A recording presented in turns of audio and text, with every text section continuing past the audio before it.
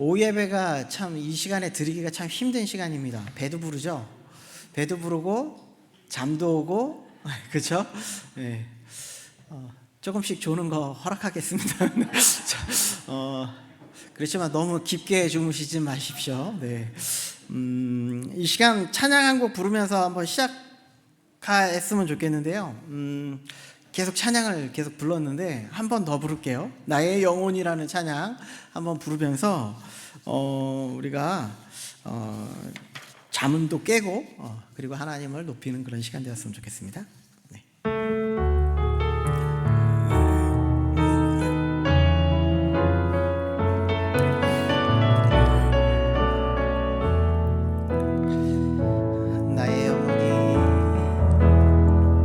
나의 영혼이 잠잠히 하나님만 바라며 나의 구원이 그에게서 나는도다.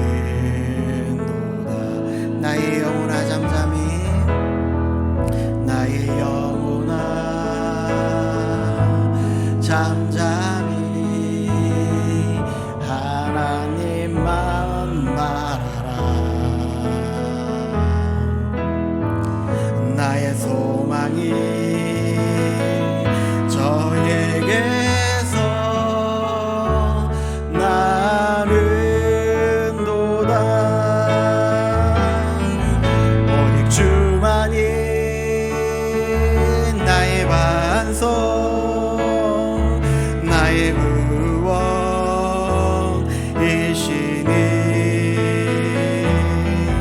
오직 주만이 나의 산성 내가 요동치 아니하리.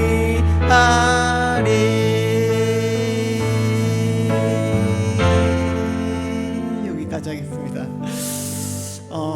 네. 찬양의 가사를 어떻게 느끼셨나요, 여러분들은? 네. 이 찬양의 가사는요, 시편 52편, 53편에 있는 내용을 토대로 해서 이 찬양을 지었습니다. 52편이 아니라 62편, 63편을 토대로 해서 이 찬양의 시를 지었습니다. 62편 5절에 보니까 뭐라고 되어 있냐면 이렇게 되어 있어요. 나의 영혼아 잠잠히 하나님만 바라라. 무릇 나의 소망이 그로부터 나오는도다 라고 이렇게 노래합니다. 이 시편의 배경이 어떤 배경이냐면요, 이 시편 62편, 63편의 배경이 어떤 배경이냐면 다윗 왕이 자신의 아들 압살롬에게 막 쫓김을 당하고 있어요. 막 죽음의 위협을 당하고 있고요. 더 이상 도망갈 데도 없는 그런 상황에 놓여 있습니다. 예루살렘에 쫓겨나서 더 이상 내가 거주할 데도 없고 내가 어떻게 해야 될지도 모르는 그런 상황. 자기의 가장 친애하고 있는, 가장 소중하게 여기고 자신과 가장 가깝게 여겼다고 느꼈던 그 아히도벨이라는 사람이 또한 배신을 합니다. 그러니 얼마나 마음이 아프겠어요. 얼마나 마음이 힘들겠어요. 얼마나 정치적으로 관계적으로 정말 힘들고 어려운 상황에 놓여 있는 상황이 지금 다윗의 모습이에요. 근데 다윗이 뭐라고 이야기하냐면 이런 절망의 순간, 모든 것을 다 포기하고 싶고 모든 것을 다 내려놓고 싶은 이런 순간에 이렇게 이야기합니다. 하나님만 바라보세요. 이렇게 얘기를 하는 거예요. 나는 하나님만 바라봅니다. 이렇게 이야기를 합니다. 하나님을 소개하는 거예요. 하나님이 어떤 하나님이냐? 나에게 소망을 주시는 하나님이십니다. 이 말씀을 하고 있는 거예요. 절망의 순간을 깨고 있는 거죠. 내가 정말 모든 것을 다 포기하고 싶고 모든 것을 다 내려놓고 싶은 이 절망의 순간에 나는 하나님만 바라봅니다. 이럴 수 있나요? 네. 이럴 수가 있을까요? 여러분들, 우리의 삶을 선택할 때요, 우리가 인생을 선택할 때 쉽게 우리가 삶을 살아가려면요, 그냥 맞아들이는 것에 그냥 경험하고 살아가는 거예요. 그냥 절망이 오면 절망하고 오늘도 그냥 실망해서 그냥 불편하고 불만하고 이렇게 살아가는, 정말 쉽죠. 그냥 그렇게 살아가는 거예요. 그런데 우리에게 조금 어려운 길을 선택하라고 한다면 어떤 것이냐면, 우리가 정말 절망 가운데 있고 정말 어려운 가운데 있고 힘든 가운데 있고 모든 것이 정말 되는 것이 아무것도 없는 이런 상황 가운데 소망을 바라보는 거예요. 하나님이 모든 것을 바꿔주실 것을 바라보는 소망, 이것을 바라보는 거예요. 쉬울까요? 어려울까요? 어려워요. 너무 어려워요. 이거 너무 어려운 거예요. 어려움 가운데 소망을 붙든다는 것이 정말 힘듭니다. 그래서 이렇게 얘기하죠. 헤어날 구멍이 없는데 어떻게 합니까? 어떻게 소망을 붙들 수 있습니까? 다윗의 상을 이렇게 한번 그냥 저를 빗대서, 그렇다는 거 아닙니다. 네. 오해하지 마시고 들으시기 바랍니다. 다윗의 입장을 생각해 보면서 이렇게 한번 생각해 봤습니다. 우리 아들이 저를 집에서 내쫓았습니다. 오해하지 마시고 들으시라고 얘기를 드렸는데도 또 이렇게 또 오해를 하시네요. 우리 아들이 저를 집에서 내쫓았습니다. 나의 영원한 동반자일 것 같은 우리 아내가 저를 배신하고 나를 떠났습니다. 제 마음이 어떨까요? 제 마음이 어떨까요? 진짜 모든 것을 다 버리고 싶은 그런 마음이 아닐까요? 지금 다윗의 마음이 이런 마음이에요. 그래서 지금 다윗이 이렇게 얘기하는 거예요. 하나님만 바라보십시오. 하나님만 난 바라봅니다. 왜 바라본다고 얘기하냐면 그분에게만 소망이 있기 때문입니다. 그분에게 소망이 있어요. 나에게는 소망이 없어요. 그분에게 소망이 있기 때문에 나는 그분만을 바라봅니다. 이것을 말하고 있습니다. 그래서 어느 목사님이 이것을 이렇게 이야기합니다. 이렇게 얘기를 합니다. 함부로 절망을 초대하지 마십시오. 함부로 나에게 절망을 초대하지 마십시오. 쉬운 길을 선택하지 마십시오. 여러분들 인생 가운데 온다고 해서 그 모든 것을 그냥 맞닥뜨리지 마십시오. 그러면서 잠시 멈추고 문제를 바라보면서 하나님이 이것을 통해서 무엇을 하실까를 돌아보십시오. 이것을 이야기합니다. 그러면서 하나님이 이것을 통해서 우리에게 어떤 구원의 은혜를 베푸실지를 바라보고 소망하십시오라고 말했습니다. 하나님을 바라보래요. 그리고 하나님이 우리에게 어떤 구원을 주실까, 이것을 바라볼 수 있었으면 좋겠습니다. 새벽 예배 요한복음 요즘 계속 이야기하고 있는데 예수님의 기도는 참 놀랍습니다. 요한복음 17장 4절에 보니까 이렇게 이야기합니다. 우리 같이 한번 읽어볼게요. 요한복음 17장 4절 말씀입니다. 같이 읽겠습니다. 시작.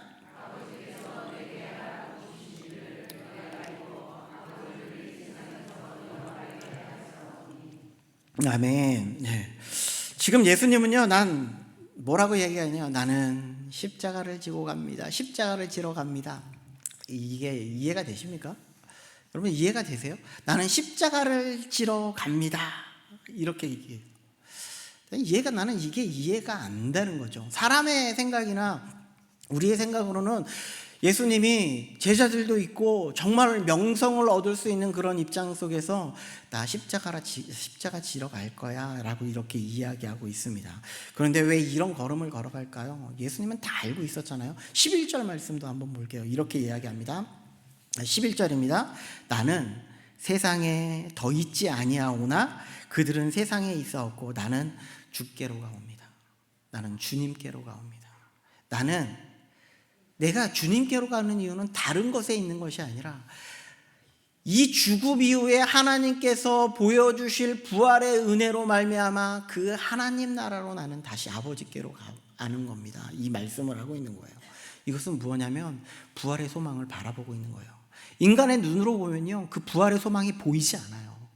인간의 눈으로 보면요, 이 부활하여서 아버지께로 간다는 것 자체가 이해가 되지 않아요. 그런데 우리는 그래서 무엇만 바라보냐면 왜 십자가에 죽습니까? 왜 십자가에 죽을 수밖에 없어요? 이것만 외치고 있다는 거예요. 이것이 지금 예수님이 걸어가는 그런 모습 속에서 제자들에게 하고 있는 것이라고 말씀하고 있어요. 그런데 예수님이 이야기하잖아요. 아까 4절에 보니까요, 이것이 하나님 앞에 영광이에요.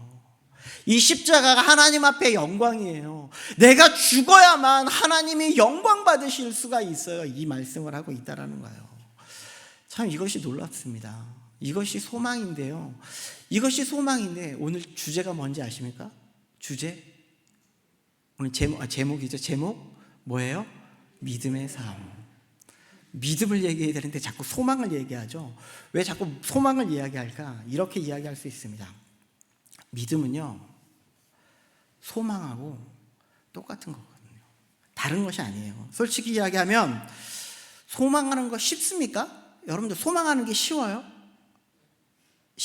무엇을 바라보고 소망하는 거 쉽습니까? 소망하는 건 정말 어려운 거예요. 무엇을 바라보고 소망한다는 거, 우리가 부활할 것을, 우리는 죽지도 않았는데 부활할 것을 믿습니까? 여러분들 부활할 것을 믿으세요? 아멘 소리가 안 나오는 것 같아요. 부활을 믿지 못하십니까? 우리는 부활할 거거든요. 예수님이 모든 것을 보여주셨기 때문에 우리들 똑같이 부활의 은혜를 경험하게 될 거거든요. 이것을 믿고 나아가는 거예요. 그런데 이런 소망하는 게, 왜 우리는 다 아무도 죽어보지 않았거든요. 누가 부활했다는 소리도 들어보지 못했거든요. 그러니 소망한다는 것이 쉽지 않아요. 보이지 않기 때문에. 이런 소망이 믿음과 똑같은 이유는 이렇습니다. 여기 물병이 하나 있어요. 여기 물병이 하나 있는데, 제가 이것을, 물병이 있는 것을 물병이 있음을 믿습니까? 라고 이야기를 한다면 여러분들이 믿을 수 있겠어요? 있죠? 왜요? 보이니까. 물병이 있는 게 보이잖아요. 보이는 것을 믿는 것은 정말 쉽거든요. 그런데 소망이라는 것은 무엇인가 하면 우리 손에 잡히지가 않아요. 보이지가 않아요. 그래서 믿을 수가 없는 거예요. 안 보이는 것을 믿을 때가 정말 믿음이라는 거예요. 그래서 우리는요, 그래서 소망하고 똑같다고 이렇게 이야기를 하는 거예요. 학생이 우리가 고등학생이 나는 대학을 가기를 소망하고 있습니다 라고 하면 정말 그것은 소망이죠. 아직 이루어지지 않았으니까. 그런데 나는 대학교를 갔어요. 그런데 나는 학교를 가기를 소망합니다. 그게 말이 안 되죠. 말이 안 맞는 거잖아요. 그러니까 이 소망이라는 것은요, 아직 우리가 이루어지지 않았기 때문에 그것을 바라보고 그것을 걸어간다는 것이 정말 힘들고 어려운 그 걸음이라는 것을 말씀해 주고 있어요. 제가 룻기서를 계속해서 설교를 하고 있는데요, 룻기서를 보면요, 나오미하고 룻의 상황은 이분들의 인생을 이렇게 돌아보면 이거 소망할 수 없는 그런 인생이에요. 이 말씀을 연구하다가도 보면 이거는 소망할 수 없어요. 진짜 소망할 수 없는 삶이에요. 그것이 룻과 나오미의 삶이다라고 이렇게 말씀드릴 수 있다는 거예요. 그래서 히브리서 11장 1절과 2절 말씀을 한번 볼까요? PPT 넘겨주세요. 네, 히브리서 11장 1절과 2절 말씀입니다. 자, 같이 읽어보겠습니다. 자, 시작. 믿음은 바라는 것들의 실상이요 보이지 않는 것들의 증거니 선진들이 이로써 증거를 얻었느니라. 믿음은 바라는 것들의 실상이래요.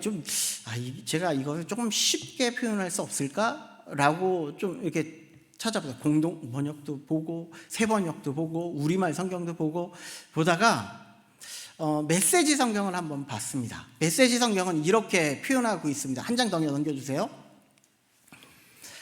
자, 삶의 근본 사실은 이것입니다. 하나님을 신뢰하는 이 믿음이야말로 삶을 가치 있게 하는 든든한 기초입니다. 하나님을 신뢰하는 게 가장 삶을 가치 있게 하는 든든한 기초래요. 하나님을 신뢰하는 것이요. 그러면서 뭐라고 이야기하냐면 믿음은 볼 수 없는 것을 볼 수 있게 하는 단서입니다라고 얘기해요. 그러니까 우리가 믿는다는 것은요, 우리가 하나님을 바라본다라는 것은 우리가 정말 앞으로 부활한다라는 것을 소망할 수 있게 하고, 우리가 이 믿음이라는 것은 우리가 하나님 나라에 갈 수 있다라는 것을 바라볼 수 있게 하는 그런 놀라운 단서가 될 수 있다라는 거예요. 기초가 될 수 있다라는 거예요. 이거 얼마나 놀라우신 은혜입니까? 하나님은 이것을 통하여서 우리에게 소망을 하기를 원한다. 무엇인가를 바라보길 원한다. 너 여기서 끝이 아니야. 너 여기서 끝이 아니야. 진짜 너를 통하여서 하나님이 놀랍게 역사하실 뿐만 아니라 놀라운 것을 예비해 두고 있어. 이것을 말씀하고 있거든요. 이것이 우리들이 이런 믿음을 소유하고 이런 믿음으로 걸어가면요, 아까 뭐 찬양의 루디아 전도회에서 찬양했던 것처럼 내가 드러나는 거 아니거든요. 주의 손에 나의 손을 포개고 예수 그리스도가 사는 건 나는 죽어지는 거거든요. 예수 그리스도가 살아야 되는 거거든요. 이런 삶을 살아가겠다, 이것을 말씀하고 있다라는 겁니다. 보이지 않는 단서를 소망하는 것, 그것이 우리들에게 구별된 삶으로 나아가는 것이다, 이렇게 이야기하고 있습니다. 어려움을 닥칠 때 세상 사람들의 걱정, 나도 걱정이면 무슨 구별의 삶입니까? 이렇게 얘기할 수 있는데, 우리는요, 하나님의 주신 단서가 벌써 무엇인가 하면, 하나님은 보이지 않으니까 무엇을 바라보냐면요, 하나님께서 주신 말씀을 바라보는 거예요. 그래서 하나님의 말씀이, 하나님이 이렇게 살아가셨으니 나도 이렇게 살아가는 거예요. 예수님이 이런 걸음을 걸어가셨으니, 원로 목사님이 십자가에 대해서 설교를 하셨잖아요. 예수님이 걸어가신 그 길을 우리 유초동부에서도 똑같이 설교했습니다. 십자가에 걸어간 길을 우리도 똑같이 걸어가는 삶을 살아야 돼요. 우리가 예수님이 지는 그 십자가를 지라는 얘기가 아니에요. 이 세상의 대속을 위한 짐을 지고 가라는 것이 아니에요. 우리가 당하는 예수님을 믿음으로 말미암아 예수 그리스도를 믿는 것이 선인데, 이것으로 말미암아 우리가 당하는 고난, 어려움, 힘듦, 여러 가지 많은 어려움들을 많은 사람들이 손가락질하고 많은 사람들에게 이런 어려움을 당할지라도 그들에게 똑같이 대갚아 주지 말고 그들에게 선으로 대하라고요. 이 말씀을 하고 있는 거거든요. 이것이 우리가 십자가로 살아가는 길이에요. 우리의 모든 삶이 예수로만 살아가는 거예요. 다른 사람이 화낸다고 나도 똑같이 화내면 그것은 구별된 삶이 아니라는 거거든요. 다른 사람이 좀 못되게 행한다고 해서 나도 똑같이 그 사람에게 못되게 행하면 그것은 구별된 삶이 아니라는 거거든요. 그것을 우리는 오늘 본문을 통해서 좀 간단하게 한번 살펴보는 시간을 갖겠습니다. 그래서 우리 믿음은 우리 첫 번째로 은혜를 아는 것입니다. 믿음이란 은혜를 아는 삶이에요. 자, 1절을 한번 보겠습니다. 자, 1절 다 같이 한번 읽어보겠습니다. 자, 시작.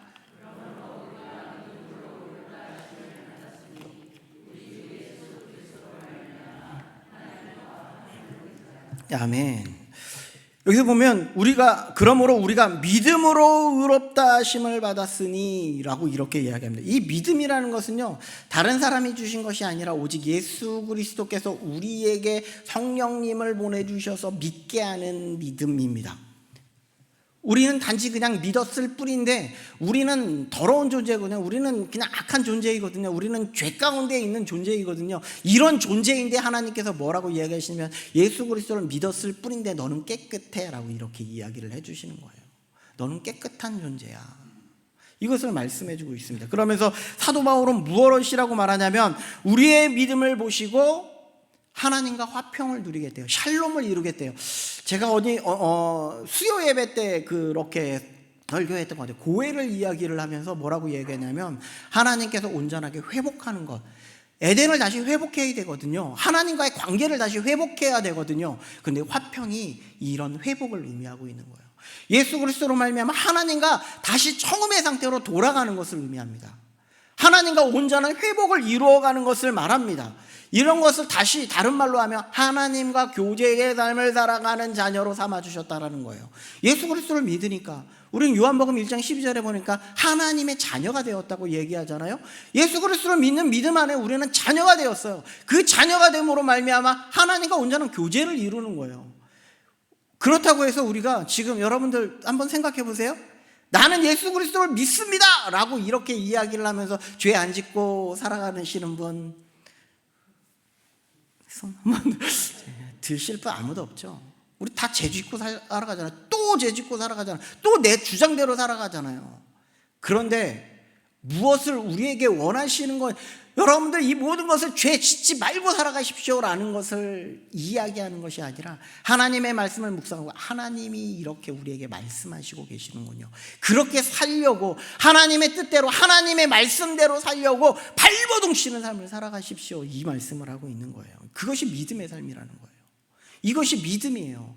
그런데 이것이 되어진 일이, 하나님과 화평을 이루는 일이, 하나님의 교제의 삶을 살아가는 일이 왜 이루어졌다고요? 예수 그리스도께서 우리를 위해 죽으셨기 때문에. 그것이 무엇이라고 하면 2절을 보니까 이렇게 이야기합니다. 또한 그로 말미암아, 이 또한 그로 말미암아라는 것은 예수 그리스도가 십자가에 죽으심으로 말미암아 우리가 믿음으로 서 있는 이 은혜에 들어갑니다. 하나님의 은혜에 들어갔대요. 예수 그리스도가 다 이루어 놓으신 것에 우리는 발만 딱 얹었다, 이 말씀을 하고 있는 거예요. 우리는 하나님의 은혜에 발 얹는 그런 삶을 살아가고 있어요. 저는 이재명 대통령이 이렇게 이제 뽑혔을 때 잘할 수 있을까라는 그런 생각을 많이 가졌던 사람 중에 한 사람입니다. 그런데 이재명 대통령님의 행보를 이렇게 보니까요, 각 지역마다 돌아다니면서 이야기를 정말 잘 들으시더라고요. 우리는 흔히 생각하잖아요. 대통령과 이야기하는 거 잘 생각 안 하거든요. 대통령과 어떻게 이야기할 수 있어요? 이런 생각을 많이 가지고 있거든요. 그런데 그 지역 사람들과 서로 이야기하면서 문제가 발생이 됐어요. 그러면 지역 리더자들한테 이거 어떻게 해결할지 내놓으라고 이렇게 이야기를 하더라고요. 우리의 이미지로는 대통령과 이야기하는 게 쉬운 일이 아닌데, 어려운 일인데, 그런데 대통령이 우리의 소리를 듣는 겁니다. 이게 뭐냐면 교제이거든요. 그러니까 이런 것도 참 감사하고 놀라운 일인데, 이제 우리의 문제들을 하나님 앞에 이제 맡기는, 하나님을 바라보는 거예요. 하나님 앞에 모든 것을 한번 내놓는 거예요. 그러면 하나님은 이것을 보면서 어떻게 해결할까를 지금 생각하시는 거죠. 우리에게 어떤 소망으로 이것을 바라보게 하실까를 이렇게 바라볼 수 있게 이것을 계획하시는 거죠. 이처럼 하나님이 우리에게 내려오셔서 우리와 이야기하시고 우리의 소리를 들어주시는 하나님이 얼마나 놀라운 일입니까? 그래서 이 사도 바울이 이것을 하나님의 의뢰에 들어간다, 이렇게 표현한 거예요. 이렇게 우리가 하나님과 교제하고 하나님께 기도할 수 있는 이유는 다른 건 아닙니다. 그냥 예수 그리스도 때문에, 그리스도 때문에. 예수님은 우리를 위해서 이렇게 해주셨는데 우리는 어떻게 걸어갈 건데요? 우리의 모든 삶은 무엇으로 걸어갈 건데요? 무엇 때문에 걸어갈 건데요? 예수 그리스도 때문에. 이것을 말씀하고 있는 거거든요. 때로는 우리는 내가 이 정도 하는데, 내가 이 정도 봉사하면 좀, 이렇게 생각할 때가 정말 많지 않습니까? 아침에 보면 새벽에도 나오셔서 기도하시는 분 계시고, 아침에 8시까지 나오셔서 찬양대 연습하시고, 또 끝나면 또 여기 또 연습하시고, 그리고 또 오후 예배까지 또 이렇게 하시고, 식당 봉사하시고, 너무 대단한 거 아닙니까?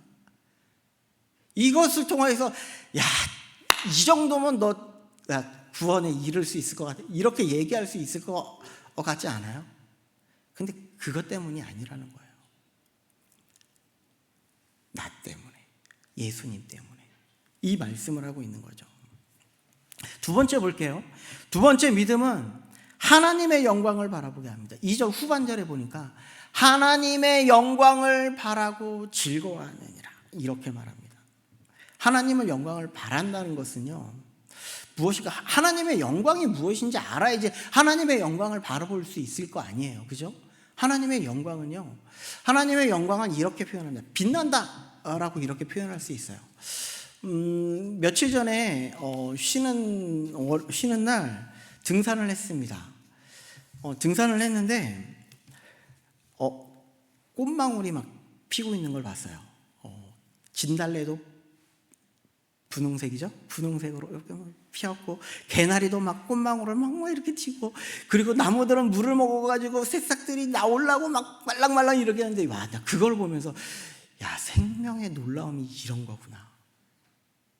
그것을 생각을 하는 거예요.